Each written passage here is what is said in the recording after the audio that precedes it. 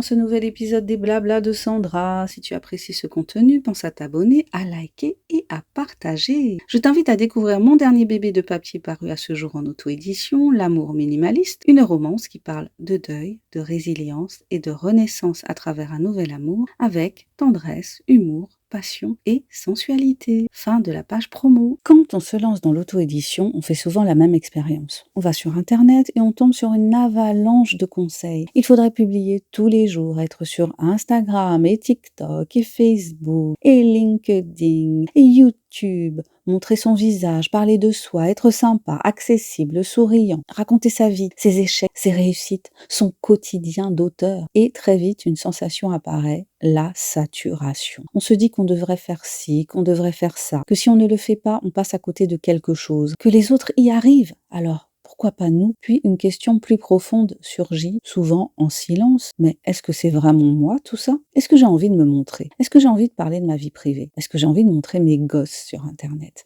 Est-ce que j'écris pour devenir influenceur ou pour écrire des livres? Cette question est essentielle et pourtant on la balaie souvent trop vite. Parce que oui, l'auto-édition demande de la visibilité. Oui, vendre ses livres implique de parler de son travail. Mais non, cela n'implique pas forcément de devenir quelqu'un d'autre. Il y a une confusion fréquente entre se rendre visible et se transformer. Se rendre visible, c'est accepter que ces livres ne se vendront pas tout seuls, c'est expliquer ce que l'on écrit, pourquoi on l'écrit, pour qui on l'écrit. Se transformer en revanche, c'est jouer un rôle, c'est adopter une personnalité qui n'est pas la sienne, c'est forcer un enthousiasme, une proximité, une mise en scène permanente. Et cette transformation-là a un coût. Beaucoup d'auteurs s'épuisent non pas à écrire, mais à essayer de correspondre à une image qu'ils pensent nécessaire pour vendre. Or, il n'existe pas une seule façon d'être auteur indépendant. Certains aiment parler face caméra. D'autres préfèrent écrire des newsletters. Certains sont à l'aise avec l'humour, d'autres avec l'analyse, d'autres encore avec la discrétion. L'erreur serait de croire qu'il faut tout faire et tout être à la fois. Non, tu n'as pas à devenir une version jouée de toi-même. Non, tu n'as pas à surjouer ta personnalité. Non, tu n'as pas à raconter ce qui ne te ressemble pas. En revanche, il est vrai que vendre ses livres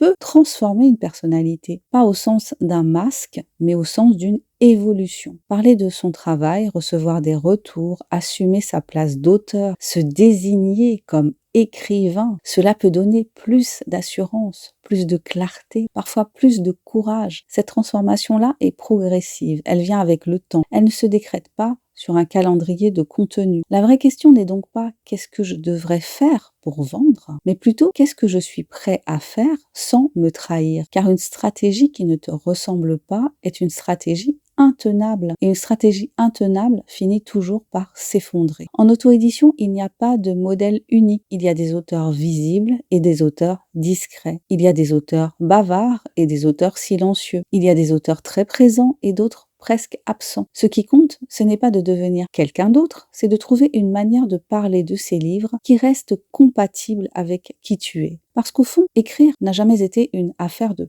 performance et publier ses livres ne devrait pas devenir une perte d'identité. Merci d'avoir écouté cet épisode des Blabla de Sandra. Si tu as aimé cette réflexion, n'hésite pas à partager ce podcast et à me dire quel est ton point de vue sur la question. Je te dis à très bientôt pour un nouvel épisode des Blabla de Sandra. Allez, abonne-toi, commente si tu l'oses, like et partage. Et pense à découvrir mon dernier bébé de papier paru à ce jour, L'amour minimaliste, une romance qui parle de deuil, de résilience et de renaissance à travers un nouvel amour avec tendresse, humour, passion et sensualité.